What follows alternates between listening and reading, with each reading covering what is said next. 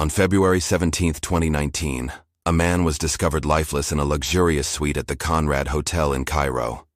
That man was Faris Khalaf, a shadowy arms supplier with deep ties to Hamas. His sudden demise triggered shockwaves across intelligence circles worldwide. The scene inside the suite appeared deceptively ordinary: a half-finished glass of tea, curtains drawn against the desert sun, and a body slumped silently on the carpet. Yet whispers soon spread. This was no natural death. Something far darker unfolded. Egyptian hotel staff, fearful of foreign spies, quickly summoned security services. Investigators rushed to the room, meticulously photographing details: a tampered lock, a missing laptop, and faint chemical traces on the bedsheets.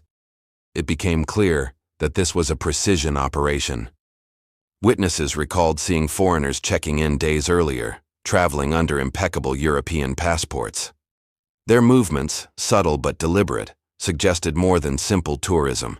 Surveillance cameras captured fragments, blurred figures, discreet exchanges, vanishing into elevators. A trail of shadows haunted every corner. By dawn, the news had broken across Arab media. Headlines screamed of assassination, espionage, betrayal. Governments scrambled for information. Diplomats whispered in corridors, and rival factions speculated wildly. One fact, however, was undeniable. Someone had silenced Khalaf with calculated efficiency inside Egypt's capital. The death of Khalaf, therefore, was not just an assassination. It was a surgical strike within the invisible battlefield of intelligence wars. Behind the stillness of his hotel room, the clash of nations, ideologies, and strategies reverberated louder than any explosion. Who had dared to breach the heart of Cairo to silence a man shielded by layers of secrecy? Was it Mossad, long accused of targeting Hamas operatives abroad, or a rival Arab faction eager to settle scores? Why strike now, in a bustling hotel where diplomats mingled with tourists, journalists, and arms dealers alike? Was the assassination a message to Hamas, or a calculated move to cripple the pipelines fueling Gaza's rockets and underground arsenals? Could Egyptian intelligence have turned a blind eye, or even facilitated the killing? Or was Cairo caught flat-footed, humiliated by foreign operatives operating with impunity on its own soil, slipping through shadows like ghosts in the night? And what of Khalaf himself? Had his network grown too powerful, too reckless, too threatening to the balance carefully maintained between states and proxies? Or was he merely a pawn, eliminated for reasons hidden far above his reach? Each unanswered question deepened the mystery, and with every hour that passed, the truth seemed to recede further into the darkness. The death of Faris Khalaf was no isolated tragedy. It was the opening act of a much larger game. Faris Khalaf was born in 1961 in Rafah, a border town divided between Gaza and Egypt, where lines on maps determined destinies. His childhood unfolded amid refugee camps, the metallic scent of poverty, and the unending drone of distant artillery fire. His father, a laborer, moved between construction jobs in Cairo and Amman, carrying stories of betrayal and exile. His mother raised him and his siblings in a crowded home where ration cards dictated survival and radios carried voices of revolution. From an early age, Khalaf absorbed the language of struggle. Teachers spoke of martyrs, neighbors whispered of clandestine fighters, and older cousins returned from training camps with scars and slogans. For a boy, war was less history than inheritance. Education came inconsistently, interrupted by border closures and unrest. Yet Khalaf showed a calculating mind, excelling in arithmetic and mechanical repairs.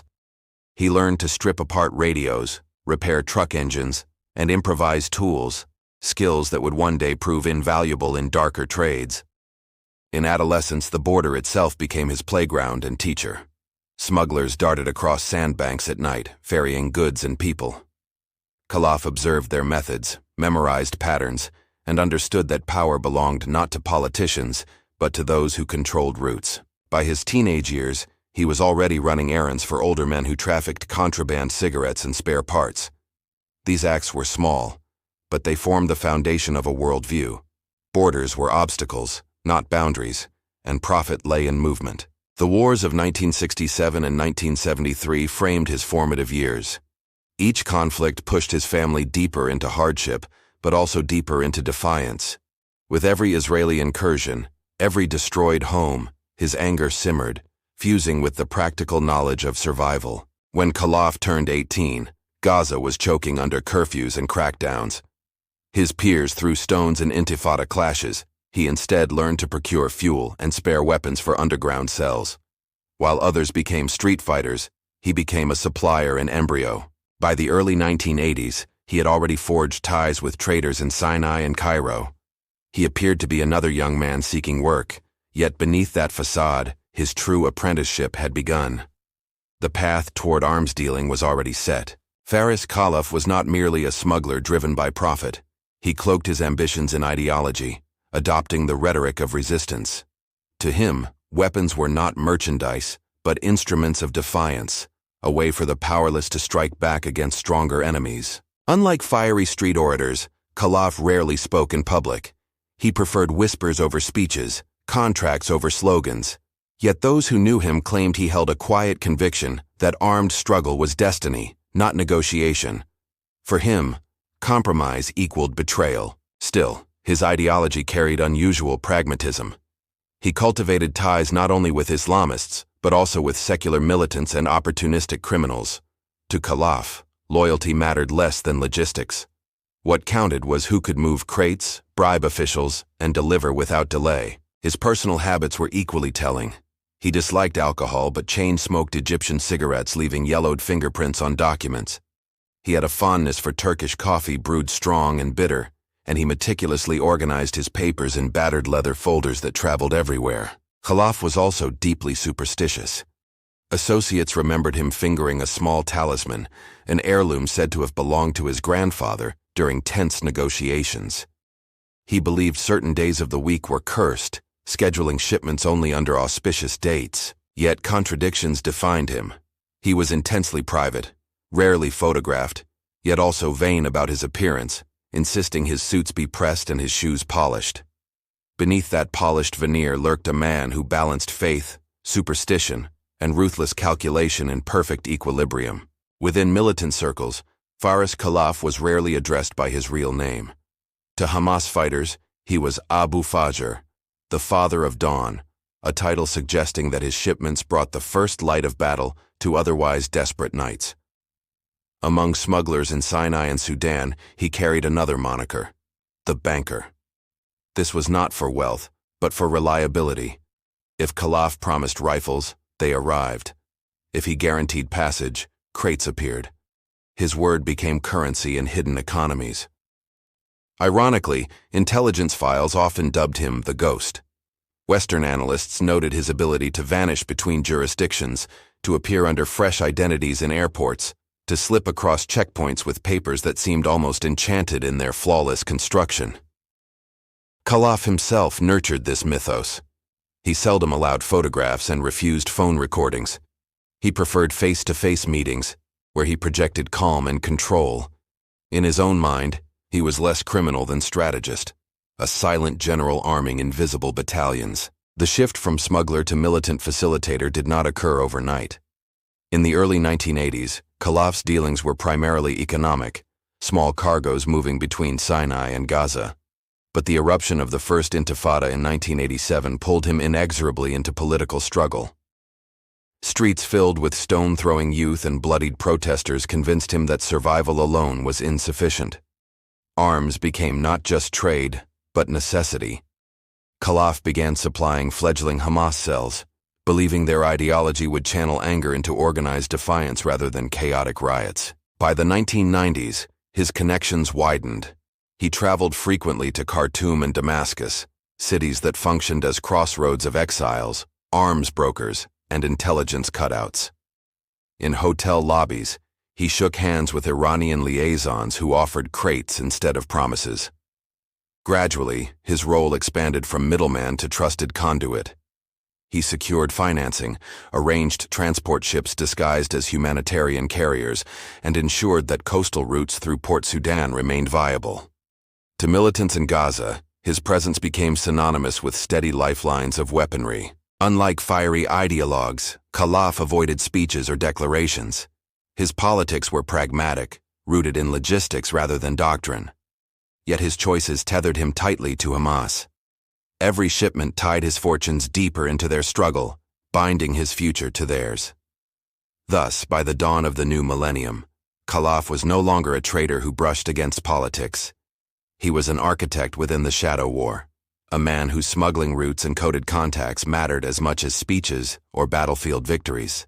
The first brush of Faris Khalaf with law enforcement came in 1984, when Egyptian border guards intercepted a convoy of trucks near Rafah. Hidden beneath sacks of grain, investigators found contraband radios, spare vehicle parts, and a small cache of ammunition. Authorities detained him briefly, but witnesses recounted how he emerged from custody within weeks. Charges quietly dropped. Rumors circulated that bribes had been paid, or that intelligence officers had intervened, preferring to track him rather than immediately prosecute. By 1988, as the first intifada burned through Gaza, Khalaf faced another arrest. Israeli patrols uncovered his role in funneling pistols and explosives into refugee camps. Court records listed him as a facilitator, though his true network remained largely invisible. This arrest lasted longer. He spent nearly 18 months in detention, questioned by Shin Bet interrogators who sought to untangle his financial connections. Yet Khalaf offered little. He feigned ignorance, blamed cousins, and exploited gaps between Egyptian and Israeli jurisdictions. Upon release, he was a marked man. Intelligence files bore his name, though never fully proven with hard evidence. Rather than retreat, Khalaf adapted.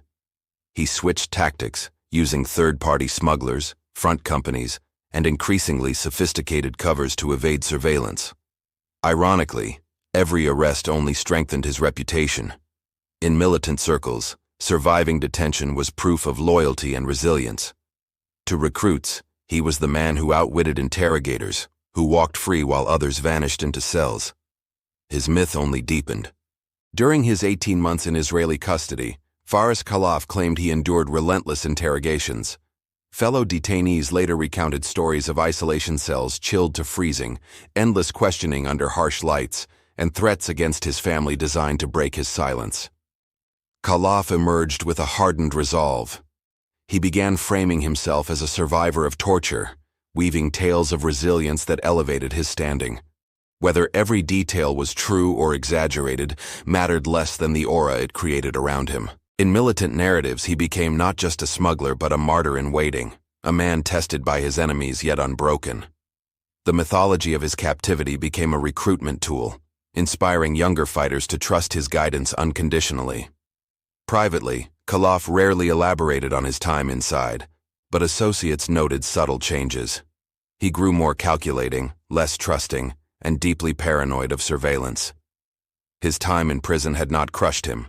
It had reforged him into something sharper, colder, and deadlier. By the early 1990s, Faris Khalaf had moved beyond the role of a freelancer. His name surfaced in whispers among Hamas leadership circles, where logisticians and strategists weighed his value as a permanent fixture in the movement's growing military infrastructure. He began aligning with the Izz ad-Din al-Qassam brigades, Hamas's armed wing. Although not a battlefield commander, Khalaf provided something equally critical: steady channels for weapon acquisition. Fighters in Gaza described him as the man who ensured their rifles never ran dry. At the same time, he cultivated contacts with Palestinian Islamic Jihad and various splinter factions. His strategy was deliberate: diversify clients, create overlapping loyalties, and ensure that if one group faltered, another would still sustain his network of influence. In Sudan, he operated under the guise of a shipping agent, arranging container transfers that masked crates of ammunition within legitimate cargo. In Damascus, he was seen frequenting guest houses tied to exiled militants, cementing his role as a trusted facilitator. What distinguished Khalaf from others was his ability to bridge worlds. He negotiated with Iranian officials in Tehran while also bargaining with Bedouin smugglers in Sinai. He spoke the language of militants and merchants, seamlessly navigating between ideology and commerce. By mid-decade, intelligence reports identified him as more than an arms broker. He was an organizer, a man shaping the logistics that underpinned militant campaigns. Whether through personal ambition or political alignment, Khalaf had transformed into a vital node in the architecture of armed resistance. By the late 1990s, Faris Khalaf's operations had escalated beyond arms shipments. Intelligence files linked him to kidnappings of rival smugglers, whose loyalty wavered. Victims vanished along desert routes, their fates whispered in hushed tones across Gaza and the Sinai Peninsula. Smuggling networks expanded under his watch. He coordinated maritime routes through the Red Sea, disguising weapons within shipments of textiles and machinery. Containers offloaded in Port Sudan would later vanish into convoys crossing borders by night, slipping past distracted customs officials. Reports suggested Khalaf oversaw targeted killings of defectors and informants. Associates who betrayed routes or withheld profits were found executed with chilling precision. Single gunshots, bodies left as warnings. Fear became his insurance policy, ensuring silence and obedience. One operation in 2001 revealed his growing audacity. Israeli intelligence traced an attempted transfer of anti-tank missiles routed through Yemen into Gaza. Though the shipment was intercepted, investigators noted Khalaf's unmistakable logistical fingerprint, evidence of his ambition to elevate Hamas's arsenal dramatically. Such operations blurred lines between smuggler, warlord, and strategist. Khalaf thrived in shadows, where criminal enterprise intersected with militant objectives. Every successful delivery not only enriched him, but also prolonged cycles of violence, fueling conflicts that consumed countless lives across the region. By early 2000s, Khalaf had become synonymous with escalation. He was no longer a minor facilitator but a central figure whose name appeared in multiple dossiers. His smuggling empire, stained with kidnappings and killings, secured his reputation as indispensable yet dangerous within the militant ecosystem. On March 14, 1998, Egyptian authorities intercepted a truck convoy near Suez. Hidden beneath crates of medical supplies were dismantled rifles and mortar rounds. Though drivers were arrested, intelligence reports indicated the shipment belonged to Khalaf, operating under a Sudanese company cover. In June 2001, Israeli naval forces halted a freighter in the Red Sea suspected of carrying weapons bound for Gaza. Among the seized cargo were rocket components traced to Iranian factories. Investigators found forged bills of lading linked to Khalaf's network in Khartoum. September 2003 marked another dramatic episode. Two rival smugglers disappeared along the Rafah border after refusing to hand over fees demanded by Khalaf's associates. Days later, their bodies were discovered in shallow graves, sending a chilling message across the underground economy. On April 19, 2006, Jordanian officials uncovered a warehouse filled with explosives near Amman. Documents found on site suggested Khalaf's intermediaries were testing new distribution channels. Although he was never named publicly, Western intelligence analysts confirmed his unmistakable logistical patterns in the operation. The boldest attempt came in January 2009, when Israeli drones targeted a convoy in Sudan carrying Iranian-supplied rockets. Though the strike destroyed most vehicles, reports claimed Khalaf narrowly escaped. Survivors whispered he had been traveling under yet another forged identity. Each incident etched deeper into intelligence archives. Khalaf's fingerprints appeared not in speeches or communiques, but in shipping manifests, coded phone calls, and mysterious middlemen. His history unfolded not through ideology, but through carefully orchestrated steps that left destruction scattered across borders. By 2010, Faris Khalaf's name appeared in dossiers across intelligence services from Tel Aviv to Washington. He was no longer a peripheral smuggler, but a central figure facilitating Hamas's rearmament. Each intercepted shipment deepened suspicions, and each survival reinforced his legend. Western intelligence agencies described him as a logistical architect. Israeli briefings ranked him alongside senior Hamas commanders, noting that without his channels, Gaza's arsenals would wither. Washington added his name to terrorism financing lists, effectively freezing whatever assets touched Western banks. Interpol notices circulated under multiple aliases: Abu Fajr, Faris Abu Khaled, and Mahmoud al-Sudani. Each pseudonym represented another shell company, another forged passport, another identity he donned like a cloak. Yet the trail always seemed to bend back toward him. The European Union also blacklisted his enterprises, quietly pressuring shipping companies suspected of collaboration. Yet Khalaf proved elusive. He favored cash couriers over wire transfers, couriers on camels as much as cargo planes. He had mastered survival through constant reinvention, staying one step ahead. For Mossad, his presence became intolerable. Each rocket fired from Gaza carried echoes of his shipments. His profile rose on target lists, not as a battlefield fighter, but as an enabler whose elimination would fracture networks more effectively than striking combatants. By mid-decade, intelligence analysts wrote assessments predicting his inevitable neutralization. He had crossed from smuggler into geopolitical threat. In the language of shadow wars, he had graduated from nuisance to priority. The stage was being set for operations that would mark his final chapter. The first known attempt on Faris Khalaf's life came in July 2007. While traveling in a convoy outside Omdurman, Sudan, gunmen opened fire from a passing vehicle. 2 of his associates were killed instantly, yet Khalaf escaped unharmed, disappearing into desert backroads. In 2009, Israeli drones tracked a weapons convoy moving through eastern Sudan. Missiles struck with precision, destroying trucks laden with rockets. Intelligence leaks suggested Khalaf had been traveling with the shipment, but conflicting reports claimed he left hours before the strike. Another attempt surfaced in Damascus, 2011. A hotel suite where Khalaf was scheduled to meet an Iranian liaison mysteriously caught fire. Syrian officials described it as an accident. Yet insiders whispered of an incendiary device planted by foreign operatives, narrowly missing its target. Poison was also tried. In 2013, while attending a dinner in Beirut, Khalaf fell gravely ill after sipping tea. Doctors diagnosed food poisoning, but Western analysts suspected a toxin attempt, botched either by miscalculation or by Khalaf's uncanny instinct for survival. Each failure hardened his reputation. To supporters, he was untouchable, shielded by divine favor. To intelligence agencies, he was slippery, an adversary whose continued existence embarrassed those tasked with eliminating him. Every attempt only underscored the difficulty of neutralizing such a ghost-like figure. By 2015, assassination attempts had become routine risks of his life. He traveled only under false identities, switched hotels frequently, and never followed predictable routes.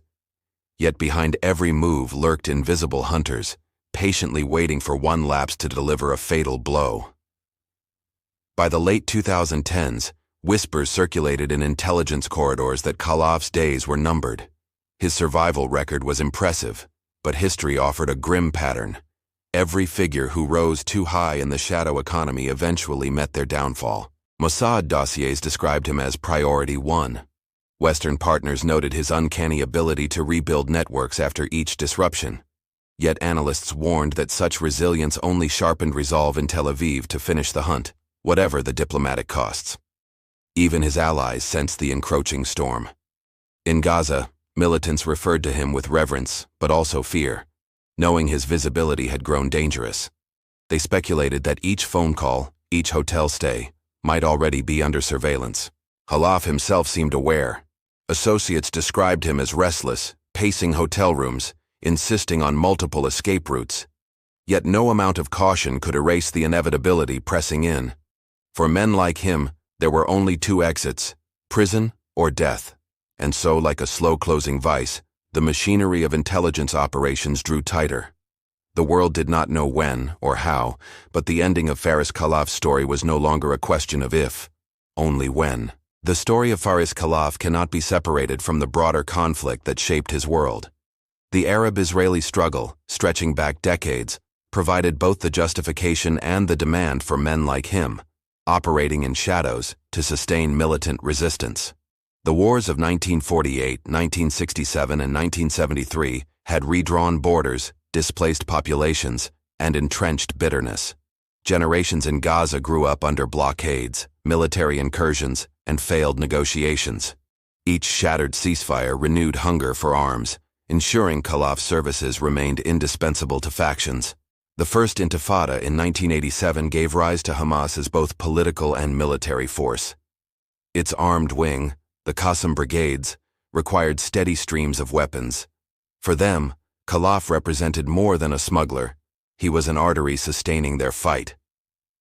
Meanwhile, the Oslo Accords of the 1990s promised peace, but delivered frustration. As talks faltered, militant factions grew stronger, and Khalaf's network expanded. Where politics collapsed, weapons flowed. Each collapsed summit hardened the perception that armed resistance, not diplomacy, shaped realities. By the 2000s, Gaza became an isolated enclave, blockaded by Israel and Egypt. Tunnels beneath Rafah became lifelines. Rockets launched across borders drew devastating retaliations. In this ecosystem of siege and defiance, Khalaf's logistical empire thrived, feeding perpetual cycles of violence. Thus, his rise was not accidental but inevitable, born of wars without end. The conflict's persistence created the demand, while its failures sustained his influence. Khalaf existed because the broader struggle endured, and the broader struggle endured because men like him supplied its fire. Iran positioned itself as Hamas's chief sponsor, providing money, training, and arms. For Tehran, every rocket launched from Gaza was leverage in a larger confrontation with Israel. Figures like Khalaf were critical, serving as middlemen translating Iranian intent into material firepower. Sudan became a vital transit corridor. Its porous borders and sympathetic leadership allowed weapons to flow northward toward Sinai. Reports indicated Sudanese intelligence occasionally looked away, while Khalaf operated freely through ports and warehouses disguised as legitimate commercial enterprises. Egypt held a more conflicted role.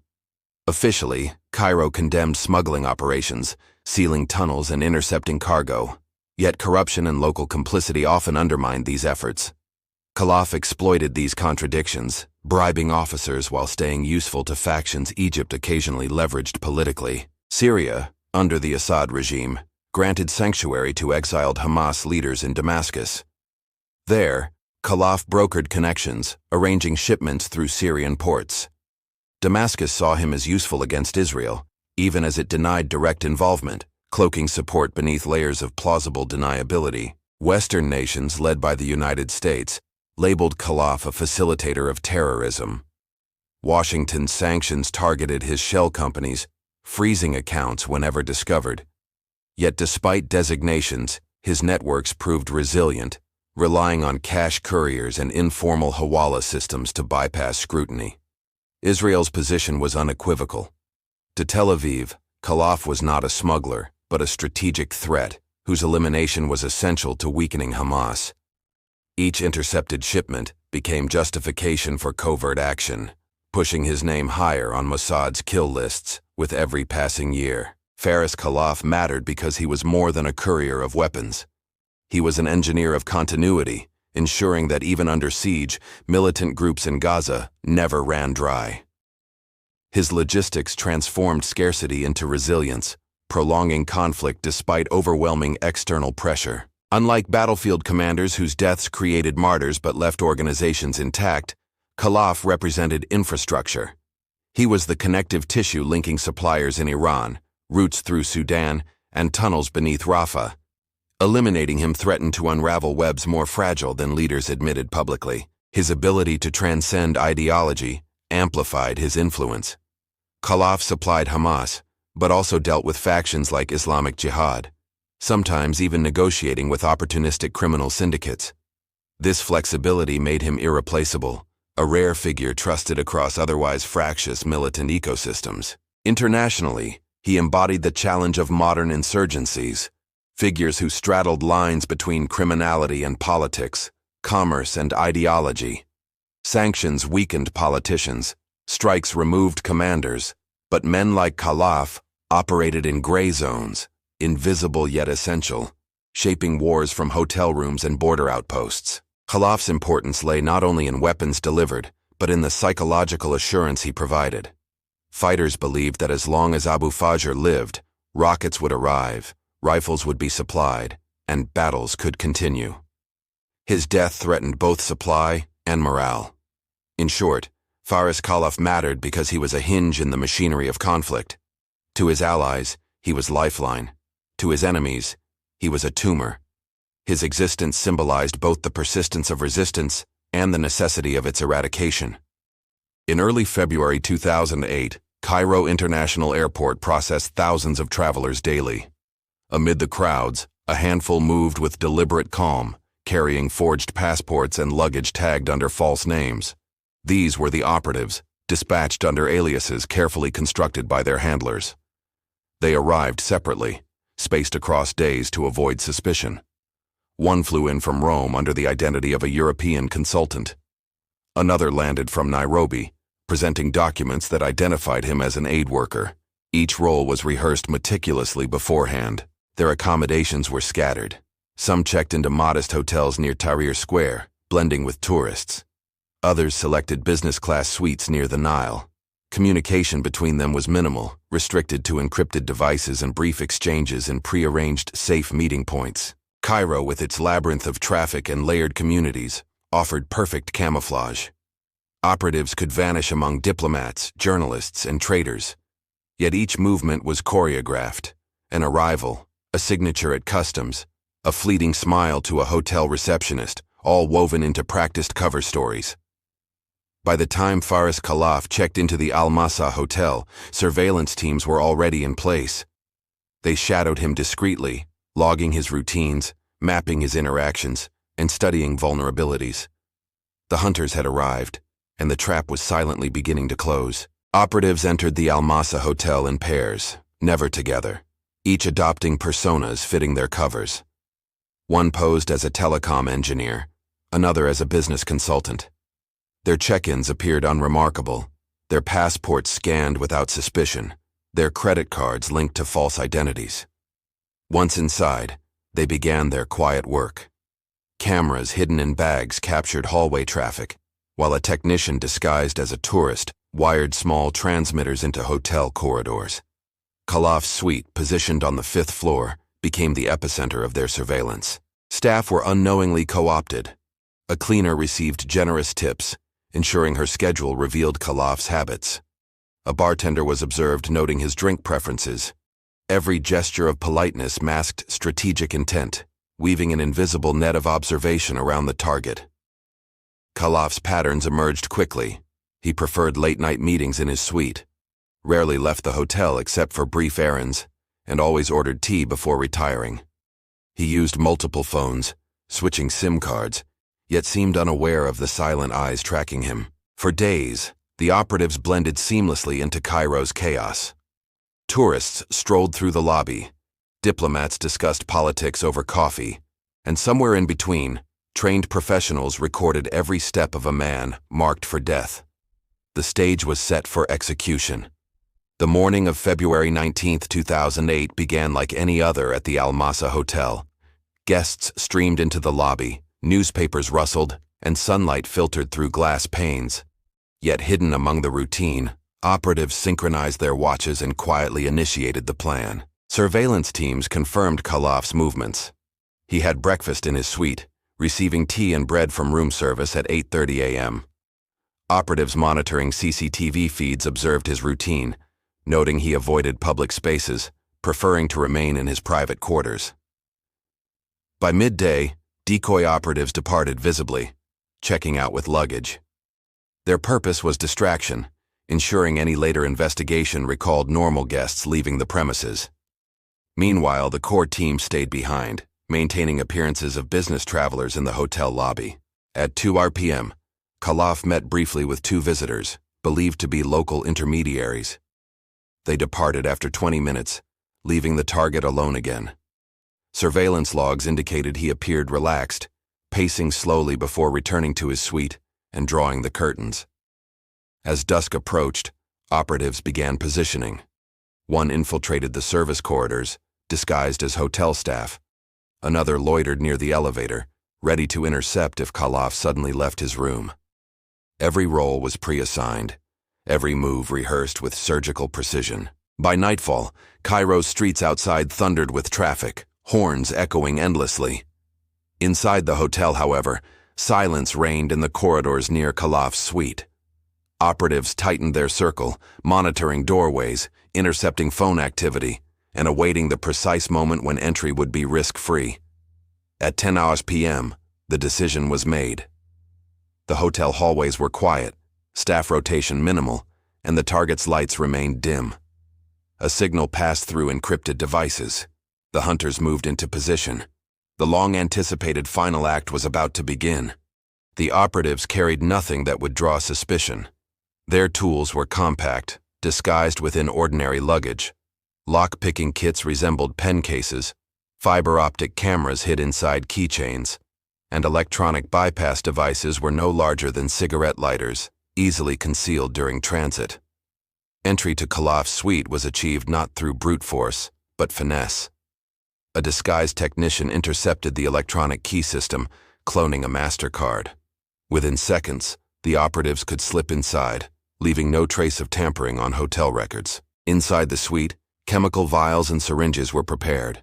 Reports suggested a fast-acting toxin, engineered to mimic cardiac failure, was selected. The substance left little forensic residue, allowing death to appear natural while leaving investigators groping for elusive answers. Surveillance ensured timing was flawless. Cameras relayed corridor activity to handheld devices. Operatives knew precisely when staff passed, when guests exited elevators, and when silence settled. It was a choreography of patience, every second calibrated toward minimizing the slightest risk. To erase digital footprints, laptops and encrypted devices enabled instant communication. Messages self-deleted within minutes, leaving no recoverable trail. Every tool, from lockpicks to poison, was chosen with one goal: kill without trace, vanish without consequence, and leave behind only questions. Night fell like a heavy curtain, and the hotel seemed to hold its breath as operatives in nondescript clothing moved with silent certainty through dim corridors toward Khalaf's suite, while cameras tracked each footstep from shadowed vantage points above quietly. A housekeeping cart rattled unexpectedly, prompting an operative to freeze, heart hammering, while a receptionist glanced up, then returned to paperwork, unaware that a life-or-death drama played out just beyond the frosted glass of the service corridor near the elevator. At one point, a curious guest paused at a half-open door, listening to faint voices, and a radio chirped to life. An operative pressed a hand over the device, muffling sound, praying that luck and timing would not betray them. Security cameras recorded shadows but missed details. A late-shift guard checked monitors, frowning at grainy pixels, then shrugged and dismissed anomalies as electrical noise, unaware that the very pixels he ignored contained the choreography of a murder practiced to perfection. The final approach felt eternal. Breaths measured, steps counted, a gloved hand turned a keycard, a door closed softly, and for a moment the world outside receded until one irreversible action would redefine history for those who watched from shadows. Inside the suite, Faris Khalaf was seated near the desk, a glass of tea cooling beside him, papers scattered across folders. He never heard the door open, nor saw the silent figures who entered with surgical precision and ruthless intent. One operative distracted him with a polite murmur, posing as hotel staff conducting a late inspection. Another moved swiftly behind, producing a syringe preloaded with toxin. The needle pierced flesh almost unnoticed, the poison coursing instantly into his bloodstream. Khalaf gasped, clutching his chest, confusion flashing across his features. Within moments, his breathing faltered, his strength drained, and he slumped sideways in his chair.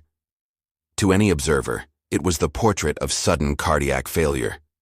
The operatives moved quickly, wiping surfaces, rearranging papers, and placing the glass of tea beside him as though he had collapsed naturally. They checked pulses, confirmed silence, and departed as invisibly as they had arrived minutes earlier. By dawn, the suite resembled nothing more than a tragic accident. Hotel staff would discover the body hours later. To them it was shock, to investigators it was puzzle, and to his hunters it was mission complete. Another ghost erased from shadows. Morning light filtered into the Mossad Hotel as staff began their rounds. A chambermaid knocked gently on Khalaf's suite door, received no reply, and unlocked it. Inside, she froze at the sight of his motionless body slumped beside the desk. Her scream echoed down the corridor, drawing supervisors and security. The scene appeared undisturbed, papers neatly stacked, curtains drawn, and a half-finished glass of tea. To untrained eyes, it looked like a sudden heart attack had claimed another weary traveler. Hotel management panicked, rushing to suppress gossip. Egyptian police were summoned discreetly, their arrival marked by hushed conversations and nervous glances. Officers surveyed the body briefly, noting no signs of struggle, and sealed the room with yellow tape. Yet beneath the surface, unease rippled. The dead man carried multiple passports, all suspiciously pristine. His luggage contained no personal photographs, no clear markers of identity. To investigators, it was not a businessman's suite, but a cipher wrapped in secrecy. By midday, word leaked through hotel staff. Rumors spread across Cairo of a mysterious foreigner found dead in luxury. To those watching from intelligence bureaus, the confirmation was enough. Faris Khalaf was gone, and questions were only beginning. Khalaf's body was transported under police escort to Cairo's main morgue, where forensic examiners began their work. To the casual observer, the death seemed natural. No wounds, no signs of violence, only the pallor of sudden collapse in a hotel room. Doctors initially recorded cardiac arrest as the probable cause. His age, history of heavy smoking, and stressful lifestyle made the conclusion believable. Yet blood tests revealed faint anomalies, irregularities in chemical balances that suggested something more deliberate than mere chance. Traces of an exotic compound were found in his system, subtle enough to mimic natural failure, yet unusual enough to raise suspicion. Specialists debated whether it was residue of a fast-acting toxin designed to leave investigators chasing phantoms. Egyptian authorities downplayed the findings, issuing vague statements to avoid scandal. Official reports mentioned possible cardiac complications, omitting deeper chemical suspicions. But Western intelligence sources, with access to intercepted communications, whispered of assassination, confident the evidence pointed to a covert operation. In the sterile silence of the morgue, Khalaf's secret war ended quietly. Yet the autopsy revealed what his enemies intended: a death staged to look natural, a puzzle crafted to mislead, and a mystery built to endure. Investigators soon turned to hotel security footage. At first glance, nothing appeared unusual. Khalaf was seen entering the lobby days earlier, calm and composed. Yet as technicians rewound hours of grainy video, faint anomalies began surfacing. Faces reappearing, guests vanishing without checkout. One man, dressed as a businessman, was seen trailing Khalaf through the lobby, appearing again outside elevators. Another, disguised as a tourist, lingered near service corridors at odd hours. They never checked out, their names absent from hotel records entirely. Passports became the next revelation. Egyptian authorities shared details with European counterparts, only to learn the documents used by suspected operatives were expertly forged. Some bore numbers linked to genuine citizens abroad who had never set foot in Cairo. The scandal deepened when multiple countries protested. Britain, France, and Germany demanded explanations after their nationals' identities were cloned for the operation. Diplomats fumed at the recklessness, accusing an unnamed state of weaponizing stolen identities for targeted killings on foreign soil. Egyptian officials, embarrassed, tried to contain the fallout. They claimed inconsistencies were clerical errors, but few believed it. Intelligence agencies, quietly sharing notes, concluded the operation bore Mossad's hallmark: precision, forged European passports, and a target too central to be ignored. The CCTV footage and passport trail transformed Khalaf's death from a mysterious incident into a geopolitical scandal. It revealed assassins who moved like ghosts, leaving traces in cameras and documents, traces that pointed back to an invisible hand, orchestrating the strike with chilling perfection. News of Khalaf's mysterious death spread rapidly, igniting diplomatic firestorms. Arab media accused Israel within hours, framing the assassination as proof of Mossad's reach. Hamas officials declared him a martyr, vowing his loss would not cripple their supply chains or break their will. In Cairo, officials scrambled to contain embarrassment. The revelation that foreign operatives executed a killing under Egypt's nose humiliated its intelligence services. Quietly, Cairo increased security sweeps, fearing its capital had become a stage for international shadow wars. Europe erupted in protest. Nations whose citizens' identities were forged summoned Israeli ambassadors, demanding accountability. Some expelled diplomats in retaliation, accusing Tel Aviv of reckless disregard for sovereignty. Yet behind closed doors, officials admitted admiration for the operation's sophistication. Washington reacted cautiously. Publicly, it called for transparency and condemned misuse of passports. Privately, analysts noted Khalaf's removal eliminated a logistical pillar of Hamas. In classified reports, the CIA assessed the strike as a strategic neutralization, reducing immediate threats to regional stability. For Mossad, silence was the only response. Officials neither confirmed nor denied involvement, allowing speculation to swirl unchecked. This ambiguity served a purpose: reinforcing mystique, projecting reach, and ensuring future targets lived in constant fear of unseen hunters. The global fallout underscored the assassination's true message. It was not only about killing Faris Khalaf, but about reminding adversaries that no city, no passport, and no disguise could protect them. The world had witnessed another chapter in state-sanctioned shadow warfare. Beneath ministries and embassies, hidden in offices that never appear on maps, exists a machinery older than treaties. It is the phantom bureaucracy of intelligence, a labyrinth where decisions to kill are filed like paperwork, stamped, and archived without signatures. Agencies operate as shadow empires, bound not by parliaments but by secrecy. Their budgets vanish into black ledgers, their operatives answer to no court. Here, assassination is not aberration but procedure, an entry on a list, a box ticked silently. The assassination of Faris Khalaf was not orchestrated by lone agents improvising in Cairo's alleys. It was born in briefing rooms, debated behind closed doors, approved by unseen committees. His death was bureaucracy, at its most terrifyingly efficient. Within this phantom empire, morality is negotiable, legality malleable, and accountability non-existent. Each decision flows upward toward leaders who demand deniability, downward toward field operatives trained to disappear. Khalaf's fate was sealed not by gunmen, but by clerks of shadows. Behind the bureaucracy stand the invisible legions, elite operatives shaped into archetypes of secrecy. Some are engineers of disguise, masters of passports and wigs. Others are technicians, wielding poisons and gadgets with surgeon's precision. Together they move unseen, stitching assassinations into history. Each legion carries mythic weight. The watchers monitor from afar, eyes fixed on screens. The infiltrators slip across borders, blending with tourists and businessmen. The executioners strike quietly, leaving nothing but silence in their wake. Every role is indispensable. To the outside world, they do not exist. Their names vanish from records, their faces scrubbed from photographs. Yet their presence is felt in sudden deaths, in scandals erupting across continents, in the lingering fear of targets awaiting unseen hunters. Like ancient guilds of assassins, these legions function as shadows serving empires.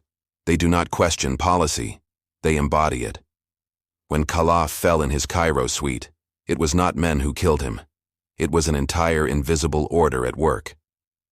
The death of Faris Khalaf echoed earlier operations, each etched into the mythology of covert warfare. Beirut, 1973, commandos slipped ashore, assassinating leaders in their beds, vanishing before dawn. Munich, 1972, terrorists killed, one by one, across European capitals in quiet revenge. In 1997, Amman witnessed another shadow play. Two men sprayed poison into a Hamas leader's ear, fleeing under diplomatic cover when the plan unraveled. Even failure reinforced the legend, proof that operatives moved boldly, regardless of political embarrassment or exposure. Dubai 2010 would later mirror Khalaf's fate. Another Hamas figure found lifeless in a luxury suite, his killers captured only by hotel cameras. The world recognized the signature: forged passports, silent poisons, operatives who vanished into the machinery of airports. Each mission remained unresolved in the public eye. Governments issued denials, diplomats feigned outrage, and files slipped into classified archives. Yet the pattern endured, a grim lineage of killing stretching across decades, bound by methods refined and perfected in silence. Khalaf's death thus joined a gallery of shadows, another episode in an unfinished series. The echoes of old missions did not fade. They accumulated, each strike reinforcing the inevitability that those marked by invisible empires would not escape. Above the field operatives and silent clerks sit the architects, leaders who authorize death with the stroke of a pen. They are the gods behind the curtain, flawed men and women cloaked in authority, orchestrating assassinations as instruments of statecraft. They weigh human lives against geopolitical equations, reducing chaos into charts and maps. For them, Khalaf's death was neither personal nor emotional. It was arithmetic. In their calculus, the removal of one man justified the secrecy, the scandal, and the ghosts left behind. Faris Khalaf's body was flown quietly to Gaza under heavy security, his coffin draped in green banners of Hamas. Crowds gathered in Rafah, chanting defiance, casting him not as a smuggler, but as a martyr who armed the resistance. The funeral became both spectacle and warning. Militants fired rifles skyward, promising his networks would endure. Clerics framed his death as proof of divine struggle, portraying him as a soldier struck down by treachery, not by human hands. Symbols mattered more than facts. Political leaders seized the moment. Hamas officials declared vengeance, swearing new lifelines would replace old ones. Meanwhile, rival factions measured opportunity in his absence, calculating how to fill the logistical vacuum left by the man known as Abu Fajr. For Gaza's civilians, his death carried different resonance. Some mourned him as protector, others whispered relief that a dangerous figure was gone. Yet few doubted his absence would shift balances. In Rafah's streets, the shadow of his influence still lingered. The long-term effects of Khalaf's death rippled quietly but profoundly. Hamas scrambled to reconstitute supply lines, relying on less experienced brokers. Yet shipments slowed, networks fractured, and the confidence that weapons would always arrive began to erode within militant ranks. Iran sought to fill the void, dispatching new intermediaries. But none possessed Khalaf's reach, his ability to bridge worlds of smugglers, militants, and corrupt officials. Every replacement struggled under tighter surveillance, proving how irreplaceable his logistical genius had been. For Israel, his elimination was measured as victory but not finality. Rockets still flew from Gaza, though less frequently, while tunnels continued to snake under Rafah. The conflict endured, only slightly blunted by the removal of one man. Diplomatically, the assassination reinforced a dangerous precedent. State-sponsored killings disguised as accidents. Governments debated legality, yet quietly studied the operation as a model. In intelligence circles, Khalaf's fate became both cautionary tale and case study in the ruthless efficiency of clandestine warfare. In the end, Faris Khalaf's death changed little in the grand scheme of geopolitics. The conflict raged on, new suppliers emerged, and weapons continued to flow. Yet his assassination revealed a hidden war, waged in silence, without witnesses or accountability. What remained was not justice but shadows. Governments sanctioned killers, operatives vanished, and truths were buried beneath denials. Khalaf's story was less about one man's demise than about the machinery that consumed him, a machine that still waits, patient and unseen, for its next target.